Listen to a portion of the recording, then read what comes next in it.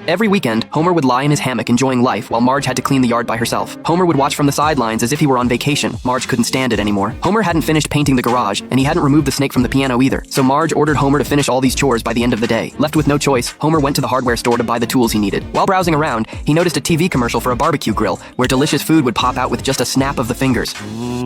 Hippo. Homer loved the grill so much that he bought one and brought it home. He thought it would be a piece of cake, but the cement on the ground had actually all been laid by Lisa. Now it was Homer's time to shine. The moment he picked up the box, all the parts fell out. Okay, no big deal. Stupid Lisa! Homer had to assemble them before the cement dried, which would seriously test one's imagination and hands-on ability. Unsurprisingly, Homer possessed neither. Before long, he had somehow managed to assemble the grill, but what he built looked nothing like the picture. Homer was devastated. He started smashing the pile of scrap metal in front of him and hated himself for messing up every job he tried to do. How's your father's project coming along? I think he's almost done. Yeah, he's done. Homer dragged the pile of scrap metal to the hardware store, intending to return it. He claimed the product was seriously defective and miles away from the advertised image. The owner flatly refused Homer's return request. With no other option, Homer could only throw it in the trash can. Just then, a police officer came over and told Homer that this bin was only for toys. Seeing the officer's firm attitude, Homer had to drag it away. But the next second, gang members dumped a corpse into the trash can. Yet the officer acted as if he saw nothing. Homer had no idea how to deal with the garbage in the back of his car. Just then, the pile of trash tore off the car's bumper. All right, my bumper fell off! The garbage went rolling down the street. Homer even thought it wasn't his fault, but destiny's will. The next second, the garbage crashed into a car. After returning home, Homer was in a good mood and was about to shave when Marge told him someone at the door wanted to talk about the traffic accident. Homer's face instantly changed as he pulled out a gun, ready to reason with them. If the person hadn't been rather attractive, Homer wouldn't have given her a chance to speak. He even thought she had no evidence, but what he didn't expect was that his license plate was still hanging on the bumper. Weller wasn't there to sue Homer. She owned an art gallery and hoped to display Homer's work. However, Homer insisted this wasn't art. It was just a pile of junk that had annoyed him. Didn't you stupid dog! Weller said she was an artist and she saw Homer's anger in this pile of garbage, so it was a piece of art full of emotion. She called Homer's work outsider art, and this type of art was currently hugely popular, so Homer now planned to seize the opportunity and do good promotional work. He then dragged the pile of junk to the exhibition. Homer continued eating and drinking at the exhibition. Marge couldn't understand. She had studied art for so many years, yet she still couldn't see where the artistic merit was in Homer's work. She believed no one would spend big money to buy this pile of junk. The next second, Burns took a liking to it. He immediately wrote a check and bought it, and Homer easily made his first bucket of gold on the artistic path. Look, Marge, my first sale! In your face, Jasper John! Huh? This greatly inspired Homer's creative enthusiasm. He went home and collected another pile of garbage, ready to turn trash into treasure. The key to art was anger, but Homer believed his weakness was having a good temper, so he had the kids drive him crazy. After hearing this, Bart and Lisa immediately began provoking Homer. Every word they said cut deep. Homer got very angry and began his brutal artistic creation. Lately, everyone in Homer's circle had been talking about art. His taste had suddenly elevated considerably. Mo didn't even charge Homer for drinks. Homer just needed to paint a picture to settle the tab. Barney asked if he could use his paintings to buy drinks, but Mo said his skills were far from good enough. At this moment, Homer was creating in the basement. The artist found him and said she planned to hold a solo exhibition for Homer. Upon hearing this, Homer felt he was about to fulfill Marge's dream for her, but Marge found it absurd. Her lifelong dream had never come true, yet unexpectedly, Homer had become an artist before her. Soon, Homer's solo exhibition was held as scheduled. He had recently worked overtime for several nights designing lots of junk. He wanted to make good money at the exhibition. The theme remained the same, anger and destruction, but people didn't seem to like this style anymore. No one wanted this junk even for $2. The artist said people only liked fresh, shocking things. These works were identical to previous ones. Homer was washed up, and his glory left along with the audience. He knelt on the ground, begging them not to leave, but no one paid attention to him. Call me! Homer didn't understand why people didn't like his art. Marge said all his creations were pretty much the same. Great artists kept trying new styles, and Homer needed fresh inspiration. So Marge took him to visit art exhibitions. They saw the canals of Venice and saw giant pencils. After returning, Homer instantly had inspiration. The first step was to steal all the doormats in Springfield, then block up all the sewer openings one by one. Being meticulous, he even equipped animals with snorkeling gear in advance, while Homer was mainly responsible for the herbivores. It wasn't easy, but I got all the grizzlies. Right, I'll do the pony while you do the lion. Make sure you strap them on real tight. Once everything was ready, Homer opened the fire hydrants on the street. Soon, the entire street was flooded. Overnight, Springfield had turned into an ocean city. The entire town was submerged in seawater. At this time, the town residents were still sound asleep. When Marge woke up, she found dolphins jumping outside the window. She instantly realized something was wrong. Sure enough, Homer was holding a megaphone waking up residents to appreciate his art. This was his new work, the Grand Canal of Springfield. Marge thought what he did wasn't quite right, but the artist greatly admired Homer's action. I just wish Jasper Johns hadn't stolen my boat. So long, suckers! The water level in Springfield kept rising. People's modes of transportation were quite novel. The animals that had been equipped with oxygen masks beforehand were also having a great time in the water. Even Marge had to admit that Homer was a true artist. However, Homer said he was just an ordinary person. Marge was the true artist. Is that our house? Yep, And is that us on the roof? that's us. Are we kissing? Homer drove the car up a 90-degree uphill slope, but the cake in the car was about to fall over. Homer then drove the car down a 90-degree downhill slope. The cake returned to normal, but the car was about to go off a cliff. Dad, our lives! Homer turned the car around and drove along the edge of the cliff. At that moment, A goat pushed down some rocks, causing one side of the car to hang in the air. Several cyclists suddenly appeared ahead. Homer used his ultimate move to let them pass. Morning. Guten Tag. Homer safely drove the car back home, but after they got out, they realized something was missing. Maggie was left in the car. She had accidentally locked the car. To make matters worse, the car keys were also inside. What's wrong?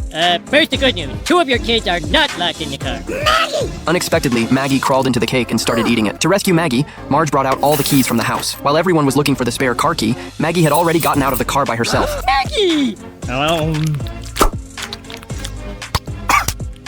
All these keys were ones Homer had taken from other people. Marge told him to return all the keys, but Bart wanted to use these keys for pranks. Homer, stop him! However, Homer couldn't even control himself. Bart casually picked up a U.S. Postal Service key. He opened a mailbox on the street. Oh, thank God. I can get back the angry letter I wrote to my boss. Bart originally intended to do something bad. Unexpectedly, he accidentally helped people. He then found a key for a window cleaning platform. Bart started the machine and pulled down his pants. He showed his butt to people on every floor. Bart was enjoying the fun of his prank. Unexpectedly, the lift saved a man who was about to jump from the rooftop. Because Bart saved someone, the mayor presented him with the Springfield Good Citizen Award. Homer got a key to the Duff Brewery. He brought Barney with him to the inside of the factory. The two of them found the Duff blimp. Oh, how I'd love to drive that thing. Seeing the blimp inviting him, Homer immediately ran toward it. But this was all written on the blimp by Barney. By then, Homer had already flown away with the blimp. The blimp's refrigerator was filled with beer, but Homer wasn't sure if drinking while flying a blimp counted as drunk driving. He decided to text Lenny to ask. Yo, Lenny, do you know anything about driving a blimp while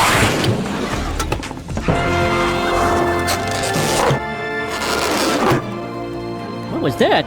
The police soon noticed the out-of-control blimp. They began chasing Homer. Hello, sucker! Marge had sorted all the keys into categories. The only one that belonged to her was a toy key. Maggie took out this toy. She wound it up with the key. The toy started walking while making farting sounds. The toy had a lot of power. Marge carried Maggie and kept chasing the toy, and eventually met up with the other storylines. The final story is about Lisa. Her story is the most bizarre. Lisa was going to return the school key to the principal, but Nelson stopped her. He reminded Lisa that this key could open all the doors in the school. This successfully sparked Lisa's curiosity. She took the key and went to the basement to look around. Lisa opened the innermost door. Inside looked like it had been abandoned for a long time. She discovered a hidden door. After Lisa went in, she found a creepy classroom. This classroom combined all functions into one, but the props here were all very strange. The rulers here had no markings. The pop-up books had no pop-up images. The teeth models had no enamel. Everything is fake! What is going on? Lisa left in fear. She told Principal Skinner about this, but Skinner said the school had no such strange place. It's real! I can show you! Skinner was reluctant, but still agreed to go with Lisa. Lisa called the school's journalism club and asked them to document this amazing discovery. But when Lisa opened the door, the strange classroom had turned into an ordinary bookshelf. Skinner thought Lisa was hallucinating and suggested she go home to rest, but his expression was a bit strange. Oh. Skinner forcibly took the key from Lisa's hand. Lisa felt the school must be hiding a secret. She wanted to get that key back. At that moment, Ralph was selling newspapers. The newspaper happened to have a photo of Lisa holding the key. Clever Lisa took the newspaper to a key copying shop. She wanted to copy the key in the photo. Yeah, but it's gonna cost you How much? $1.85. Keep the change. Yes, ma'am. The next day after school, Lisa waited for the other students to leave and then returned to the school. She opened the door to the secret room, but behind the door was still an ordinary bookshelf. I bet it's shoddy. Lisa walked in with the light from her phone. She found writing on the blackboard. The children are on bus 23. This was written by a man in black. Lisa told Bart about this. Bart thought of someone who might know the secret. That person was Nelson, who had been held back for many years. You know anything about bus 23? Nelson had a strong reaction after hearing this, but he still told him what he knew. It was a cold winter. School bus number 23 was full of children. Skinner thought the bus couldn't cross the ice bridge, but the superintendent insisted he dispatch it. As a result, that bus never came back. Lisa believed the truth lay in the lake beneath the ice bridge. At that moment, Homer happened to be passing by the school in the blimp, so they took the blimp to the lake where the ice bridge was located. Homer didn't know how to land, causing the blimp to plummet straight down. Lisa pressed the stop button just in time, but she was also ejected as a result. When Lisa landed, she saw school bus number 23.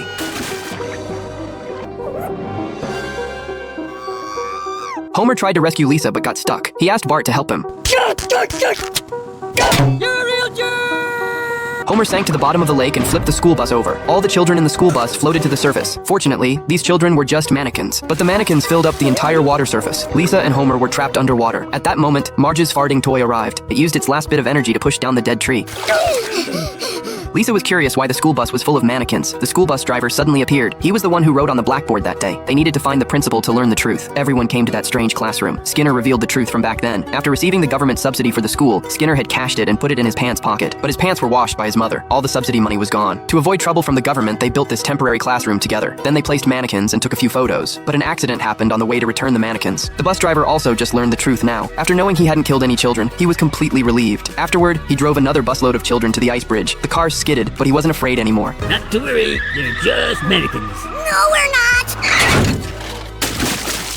Bart was basically the black hole of the class. The closer a student sat to him, the worse their grades became. The principal even built a 3D model to illustrate Bart's distorted gravitational field. But Bart's destructive power wasn't limited to the classroom. That day, he also ruined the school's fire drill. Flanders was supposed to participate in the demonstration, but the flames on him got out of control. Everyone rushed to find the fire hose, only to discover that the water pipes had been rerouted to the gymnasium. The next moment, Bart came riding out on a pedal contraption, unleashing a massive torrent of water that flooded Springfield Elementary. Flanders was saved, but all the school facilities were waterlogged. My sport goggles! The principal summoned Homer and Marge, explaining that the school simply couldn't accommodate a child like this and would have no choice but to expel Bart, unless they were willing to try a medication called Focusin. However, the drug came with side effects and potential risks. Marge was worried about these side effects, but seeing Bart's current state, she decided to give it a shot. Homer and Marge then toured the pharmaceutical lab. The researcher assured them they would be very satisfied with the drug's effects. For instance, these ordinary guinea pigs were running around wildly, but after being sprayed with the medication, they immediately became obedient and well-behaved, with focus levels surpassing most humans. Homer immediately asked for a bottle of Focusin. The only thing more effective is regular exercise. Meanwhile, Bart was at home playing video games. Marge was fretting over how to get him to take the medication, when Homer decided to simply launch the pill into Bart's mouth with a slingshot. When Bart heard he was supposed to take Focusin, he flatly refused and retreated to his treehouse. Homer then tried hiding the pill in a piece of toffee, but he was too greedy and ended up eating it himself.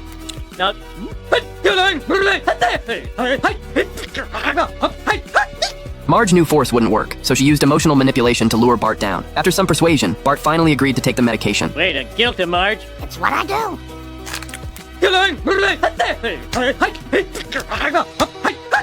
The effects of Focusin were nothing short of immediate. In class, when the teacher asked for a volunteer to read aloud, Bart was surprisingly the first to raise his hand, but the teacher completely ignored him and called on another student instead. Just then, two dogs started fighting outside the window, and all the students crowded around to watch the commotion, all except Bart, who remained seated at his desk. The teacher was astonished. It was the first time she had ever seen Bart actually paying attention. After school, Lisa was watching TV. When she saw something hilarious, she couldn't help but share it with Bart, but he was completely unmoved and even anxiously tried to shoo her out because she was interrupting his studying. At dinner, Marge received a thank you letter from Bart, in which he expressed gratitude and praised her hard work. Homer asked if there was a gift for him too. Bart handed him a copy of Chicken Soup for the Loser's Soul, a book to comfort Homer's failed life. That night, Bart went into overdrive, speed reading and studying like crazy. He even tutored other kids. Homer marveled at how miraculous the drug was. They'd never have to worry about their child's academics again. Seeing Bart so well behaved, Marge decided to have a date night with Homer. They wanted to do something only adults could enjoy, like watching a risque film. To their surprise, nearly every man in town was there, and Abe hadn't missed a single showing. Shut up or I'll pound all of you.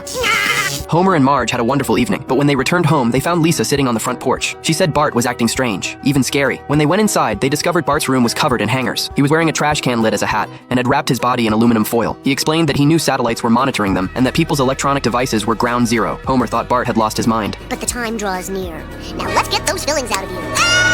Hey, you found my needle-nose pliers! The next day, they took Bart in for an examination. The researcher hooked up equipment to Bart and observed him carefully before concluding that he shouldn't stop the medication, but could switch to a milder alternative. Bart adamantly refused to change drugs. He swatted away the substitute pills and lunged for the Focusin on the table, frantically swallowing them before scaling the wall and escaping. Marge begged them to stop Bart since he was clearly not in his right mind. The researcher told her not to panic. They could handle situations like this.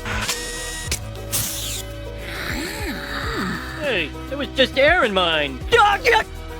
Back home, Marge immediately called the police. An officer sketched a portrait based on her description. Homer, meanwhile, was chatting and laughing at the bar. When Marge confronted him about why he wasn't out looking for Bart, he revealed he had set up a trap and was waiting for Bart to fall into it. At that moment, Bart headed straight for the military base. He snuck into the bathhouse, swiped a sergeant's keys, and drove a tank through the streets of Springfield. The police gave chase, trying to shoot out his tires, but tank treads proved rather difficult to puncture. They could only watch helplessly as Bart drove the tank onto the school grounds. Marge arrived just in time and managed to stop him. My God, is she brave, standing up to that freaked-out junkie. Dad, that junkie is your son. Why don't you just tell everybody? Despite Marge's pleas, Bart wouldn't listen. He aimed the cannon directly at the school. The kids were thrilled. No more school. Then the cannon swung toward the church. The Reverend thought he was about to be put out of a job, but Bart didn't fire. Finally, he raised the barrel toward the sky and fired a single shot. A satellite came crashing down. It caught fire, and when the fire truck arrived, the firefighters were at a loss. Their manual said nothing about extinguishing satellite fires. While Flanders was still flipping through the handbook, Apu took matters into his own hands and doused the flames with water. That's when the logo on the satellite came into view. Lenny confirmed it had indeed been collecting everyone's personal data in remarkable detail. Representatives from Major League Baseball rushed to the scene. To make amends, they offered to treat everyone to a home run exhibition.